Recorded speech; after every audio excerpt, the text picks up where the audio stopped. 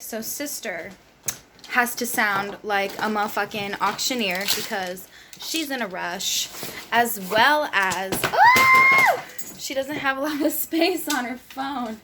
So we got a spill. And just like most of the other readings, Spirit did not give me a single second to like meditate or come to self.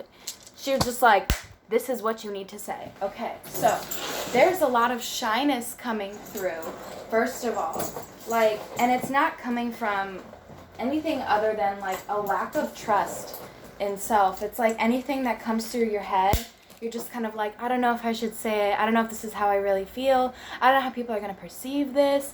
It's a lot of like, not physical self-consciousness. It's very verbal and mental self-consciousness. You're very conscious of what you're saying to the point where it's manifesting in shyness because you don't have any confidence. Come on. You don't have any confidence in what you're thinking or doing or saying. You're very nervous. Holding back is very much the energy. And also, this song was coming through that I want to sing for you guys. It's by, and I want you to look it up too. It's Still Fucked Up, Don't Know What to Do by Travis Scott. So you guys are like hood out here, but like look up that song. So definitely it shows that something happened to you that, I know this is gonna sound very like, oh, is that not what the song just fucking said? But like something happened to you that fucked you up and it left you in a state of not knowing what to do. And that's that mental effect. So I'm thinking it was a relationship. I think that was just a sign validating that for me. But I think it was a relationship, whether that was a friendship or a romantic relationship, you know, platonic or romantic. Someone just really fucked you up. Somebody really did you dirty. Maybe that, or it was a little bit more mental, considering this is more of a mental thing. Maybe they just really detached you from your trust in yourself. They made you question a lot of things about yourself. That happens to the best of us, trust me. Like, people that have a lot missing in themselves that they see in other people, they will do whatever it is they can to like, stop puppy. They will do whatever they can to detach you from that trust in yourself so that you are unable to show those gifts and shed that light that they feel like is missing in themselves, which is the first flaw, okay? Like anything that somebody says to you to try to detach you from your trust in yourself, that's just because they don't want you to shine. They want to muffle. Just picture your spirit like a candle and they just want to like pinch that bitch out, okay? And keep that, oh yeah, that's my hoochie mama, yum, okay. So just envision that, keep that energy present in your mind. Always envision yourself as that candle. And if you feel like what somebody's saying to you is making you feel bad, and it's something that, you know, you shouldn't feel bad about, that you should be proud of, envision it, you know, like, okay, they're just trying to put out my light. I need to get away from them. I need to not let I need to not let any thoughts do what that child just did, actually hurt you. Don't let that stuff hurt you, because that lets them win. You never want the people that have fucked with you in your past to affect you, because that means that they win, you know? Like, I hate to say it, but like, I think I'm already picking up on the Virgo energy, maybe in not such a bad way. You guys are petty, like, but not, I don't mean that in a bad way. I mean like feisty. You guys are some feisty ones.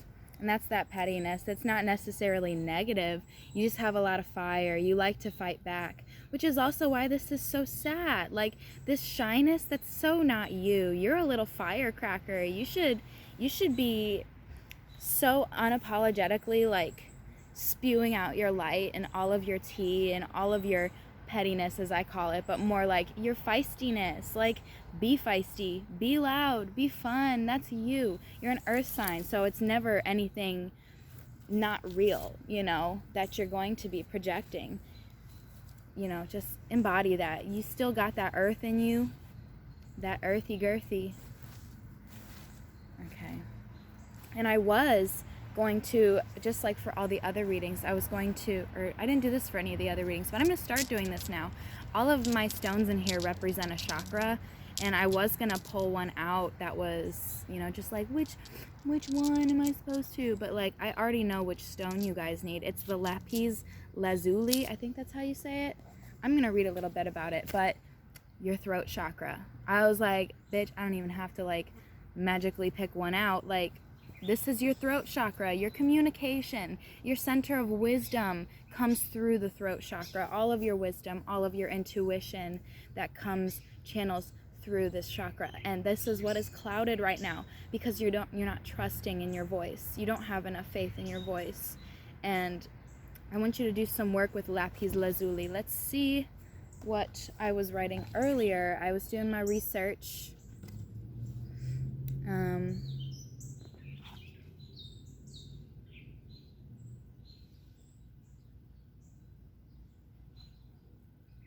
It is an ancient stone of mental and physiological health used by ancient Egyptians to access sacred knowledge. It is often called the stone of heaven as it aids in pursuing the heavenly self. It is believed to awaken psychic abilities, help you to recognize intuition and spiritual guidance. Mainly, it clears the body of all toxins and negativity. It helps you accept that you are different and have a calling. It is a stone for those who dedicate their lives to some form of spiritual higher service. Okay, I'm just going to leave it there because there's a lot more. But that's basically it. You have to really recognize and acknowledge that your voice is not something that you should hide. It is not something that you should ever hold back from. It is a tool for the divine, and embody that message that, whatever is coming through your intuition, through your mind, that you feel like, oh, I shouldn't say that. Maybe I shouldn't. I don't want to be weird. I don't want people to not agree. I don't, that's not faith. Everything that comes through is divine, whether it sounds odd or not. So like, spit it out, spew it out. And anybody that isn't going to take it, isn't going to take it. Anybody that is going to take it, those are your peeps. That's who you should surround yourself with. People that embody and acknowledge your medicine. Okay, yeah, I already know that this is about you. It's a two of batons, first of all. That's like duality of passions and spirits. So there's a lot of things. I'd say more like it's the energy of having like two different things. And they're either working together or you just can't decide, one or the other. But it's something you're passionate about. You're a very mature and dominant person. You're very optimistic. And these two batons, these two gifts that you have spiritually, you don't have to search to know that you have them. Like, completely metaphorically speaking, it would be like if you, like me, for an example, like I'd say that my two strengths are spirituality and art. I don't really have to like figure it out. It's like, I know I'm spiritual and I shed medicine. I know that I am artistic. I draw. I'm good at that shit, It's like you have these two things that you just know that they're your gifts and you're good at.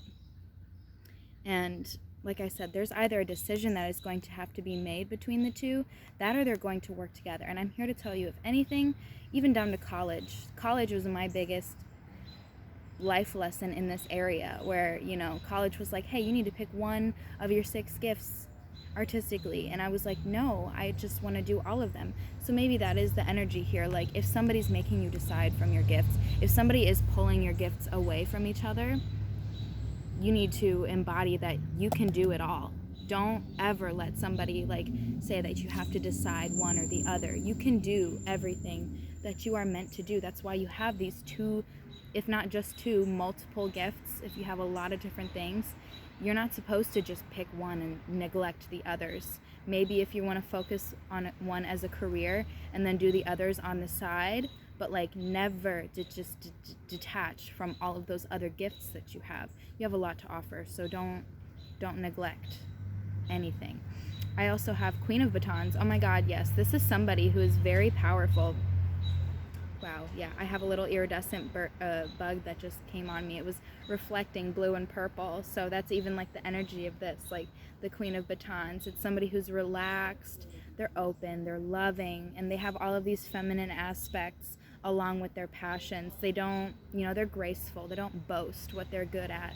They just do it, and they don't judge anybody. Like, they're not out here saying, oh, you're not talented, or I'm more talented than you, or I'm less talented than you. They have this understanding that we are all gifted, we are all talented, and they're very compassionate in that sense. They're very open to others' opinions and like ideas and what they have to offer. They're not just about like what they have to offer. They like a collective, they like to work together with other people that are also creative. And the Empress in reverse came through. Infidelity, anxiety. Okay, so what I was saying earlier, you know, like, still fucked up, don't know what to do.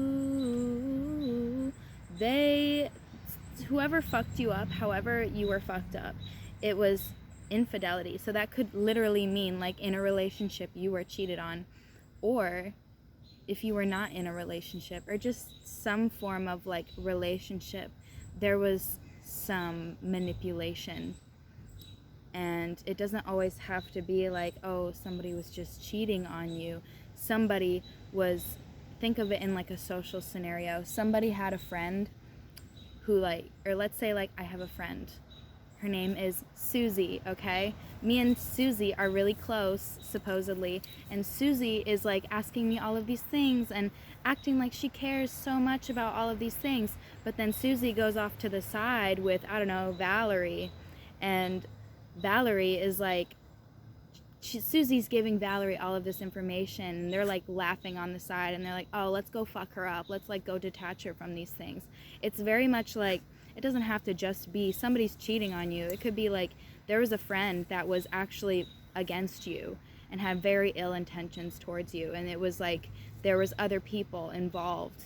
So they were acting like they really cared about you, but they really had other friends, and they really just wanted to hurt you, bring you down. And it really fucked you. And I could see that, like, that just being, that's that is a victimizing state to a new level. Like, everyone expects, let's put it this way, when I've been cheated on, and the whole time I knew it, you know, which is why when I found out I didn't cry. I said, you know, I knew that when it would come to light, it would come to light, because that was my problem, is I just had the intuition, but I didn't have the facts. So bro would be like, you don't trust me, you have all these like PTSD, you're just lacking, you know. He would just kind of use that against me. But like, you know, I expected it. And in these types of situations where you probably did have the intuition, that's literally like this blue and purple energy, you have awareness, you have wisdom, you have intuition, but you just were really victimized. You were a serious victim of some manipulation. You know, there was things that people were saying, and you're just like, well, that can't not be true, because that happens to literally everyone. The world is a fucked up place in that sense. There's a lot of people that are out to get people, and they will do some scary things to get you to believe them. So you really, first of all, cannot take that out on yourself as, well, I don't have the wisdom, I don't have the knowledge, because you do. That's the whole reason that you believed this person, because you have that knowledge of like, oh, well, that's not what people do, you know. But sometimes shit's just meant to happen, and it's to teach you that lesson, to teach you that, like, to kind of protect yourself more in those situations, have your own back a little bit more. Like, if somebody comes to you saying these things, don't just nod your head, just say okay, but then deep down mentally be like, all right, we'll prove it. I'm not going to believe you until, I'm not going to like embody believing you. I'll let them think that I will, but let's not embody this trust. Let's not embody this belief until they prove it. You know, that's what you're supposed to walk with after these situations. I've only had 3 cards come through anymore. Queen of Cups. Okay, so whoever you are, Virgo, you have a lot of divine feminine energy coming through. So you could be a male or a female, but if you're a male, you just embody, I mean, it makes sense too, Virgo, like it embodies the feminine aspects. You really are one with your feminine aspects, your generosity, your open-mindedness, your non-judgmentalness, and this Queen of Cups upright. Like, you are somebody that is so one with their emotions and so not afraid to show their emotions. You're not afraid to be generous. You're not afraid to be kind and devoted. Like, if in that situation I was talking about with like the girls, you're not afraid to say, well, yes, I did believe you. Yes, I did care about you. Even though they didn't give a fuck about you, you're very one with your, well, I did care about them. I did love them. Platonically, romantically, it was real. I did love them. You're not afraid of admitting your real emotions. You're very one with your emotions. That's a beautiful quality. But that is also why you have this disconnection from your mind. It's because, like, your mind and your emotions are not connected right now. This whole situation that fucked you up just broke them in half. So now you have these emotions and you're so into those, but then when it comes to your mind and speaking your mind, you're just like, no. Is that just my emotions again? Am I just like going with what my body's doing? You have to embody more of this balance between your heart and your mind. You have to acknowledge your emotions mentally and say, okay, so these are my emotions. Now mentally, what's the situation? Now what's the legitimate things? You know, just find the difference in your head between what thoughts are just my emotions and what thoughts are just my head. And regardless, you need to speak them. You need to start speaking your mind more. I think that's it. You speak too much based on your emotions. And that probably even allows these people to manipulate you and to fuck with you because they see that you're not afraid to be honest with yourself emotionally. But when it comes to your mind coming into the play, saying, oh, but this, oh, but that, you're like, no, I don't know. I don't think so. No, I don't know, you know. So you just don't say anything about it. But what I'm saying is experiment a little bit.